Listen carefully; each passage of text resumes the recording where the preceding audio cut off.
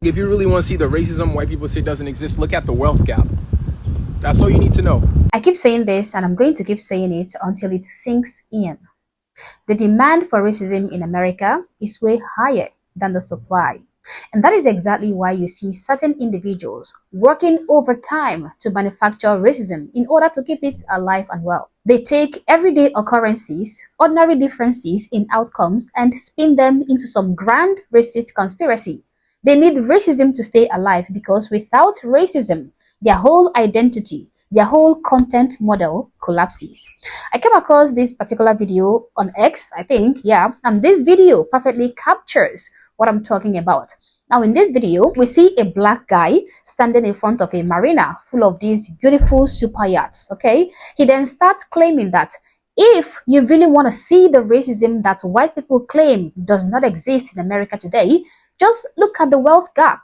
He says that he guarantees us that there is not a single black person on any of those boats. Then he goes on talking about how all the high-paying jobs, the ones making 100K, 200K every year, are controlled by white people, and that if you don't move a certain way that white people want you to move, then you will never get that money and you will never be able to afford something like those yachts. You know what? It is better we watch this video, then we're gonna come back and have our conversation. Watch. If you really want to see the racism white people say doesn't exist, look at the wealth gap. That's all you need to know. I guarantee you not a single black person own any of these boats, right?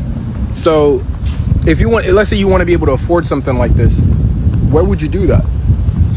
All these environments that you would need to go to earn something like this, it's all controlled by white people. You know what I'm saying? Especially jobs that are paying over 100,000, 200,000 a year.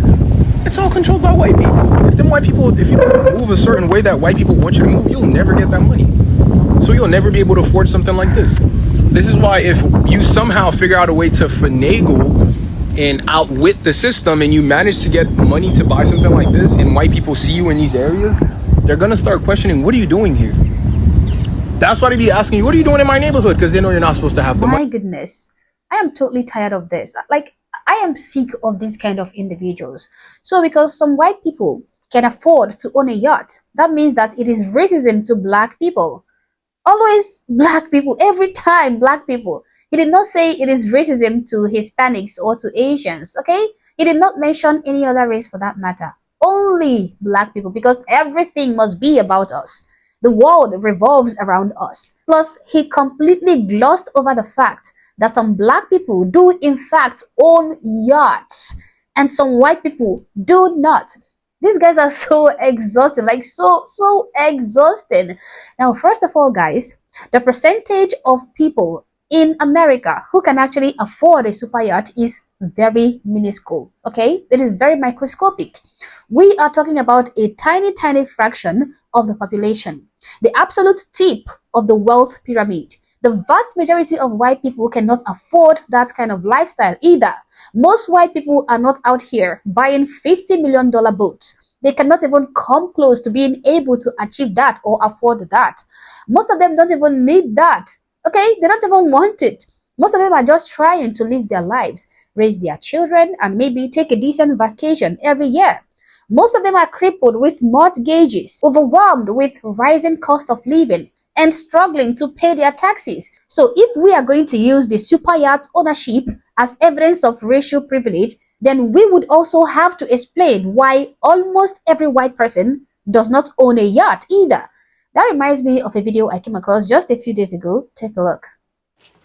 Sitting here with my other white buddies with our privilege just dripping off of us by the buckets. I mean, just, you know, just bucket loads of privileged whiteness just dripping. Just, I mean, you know, hell, nothing like a good old white privilege day to get you started, you know. Don't you love your white privilege, Brian? Ain't it great? Have a white privilege day. Clearly, being white is not a ticket to extraordinary wealth. These yachts this guy is fussing about are not symbols of what white people have. They are symbols of what a tiny group of exceptionally wealthy individuals have. There is an enormous difference between those two. So when this guy points at a marina and acts like every single white person is living like that, while black people are the ones who are locked out, he is already starting from a very dishonest place. There are plenty of white people who are broke, like I said, plenty who are struggling, plenty who will never own anything close to a yacht. And you don't see them running around filming content about how black celebrities like Tyler Perry or Denzel Washington or even some ultra-wealthy black entrepreneurs are somehow proof of anti-white racism. Because unlike people like this guy, most normal, reasonable people understand that extreme wealth is rare, very rare, period. It is not a racial birthright, but this guy claims it is. He looks at the most exclusive, rarest form of luxury on the planet and decides that the only possible explanation is racism. He does not mention the black people who do own boats, islands, private jets, or even serious wealth. He does not mention the African American Yacht Club. Yes, he does not mention that black captains are running charter companies. Those facts will completely destroy his victim narrative, so he does not mention them. Now, he claims that if you do not move the way white people want you to move, you will never get paid or make enough money that will help you be in that kind of position. Now, the way he's talking about isn't some secret white people's code, okay? It is simply showing up, being reliable, working hard, speaking clearly, building skills that create real value, and exchanging those skills for money. He does not realize that those ways are not a racial requirement. Those ways are just what the market needs. Somebody has to decide that you're offering something worth spending the money they have on. And that is how you get rich. If you have nothing of value to offer, you're not getting paid. And skin color has nothing to do with it. Inadvertently, what he's doing here is admitting that he wants the money without having to operate at the level required to earn it. And then when he doesn't get it, he calls it racism. This is the same mindset that keeps people stuck.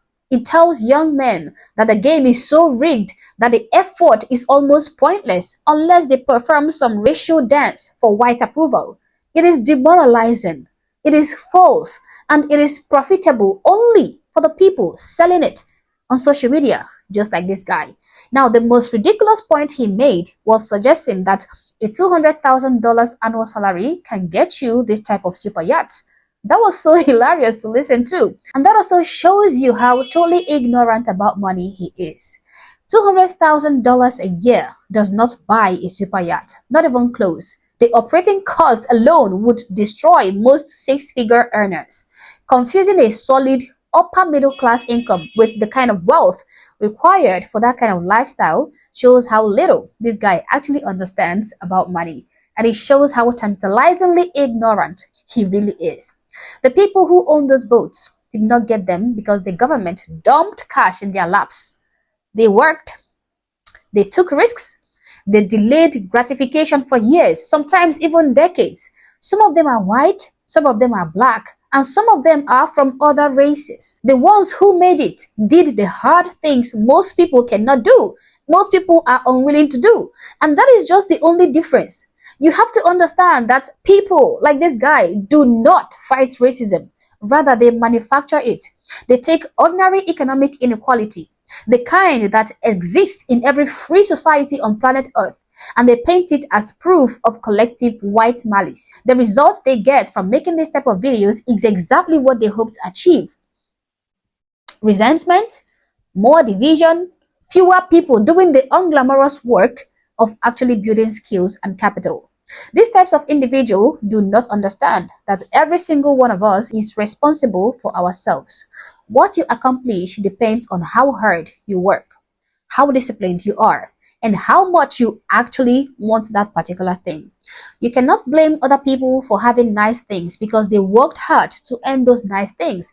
Even those of them who inherited wealth from their hard-working parents or grandparents will eventually lose it if they do not cultivate the same discipline and the same values their predecessors who actually worked hard to earn those money, those wealth did. So if you want those nice things, the path is the same no matter what you look like, no matter your skin color. Produce something other people value enough to spend their money on. That is not a white way. That is the only way that has ever worked at scale for any individual on earth. Guys like this are so excruciatingly exhausting. They only keep racism on life support because they need it. And every time they pull out their phone and start filming this kind of nonsense, they are not helping anybody. They are just keeping themselves and people who listen to them trapped in a story that leads nowhere.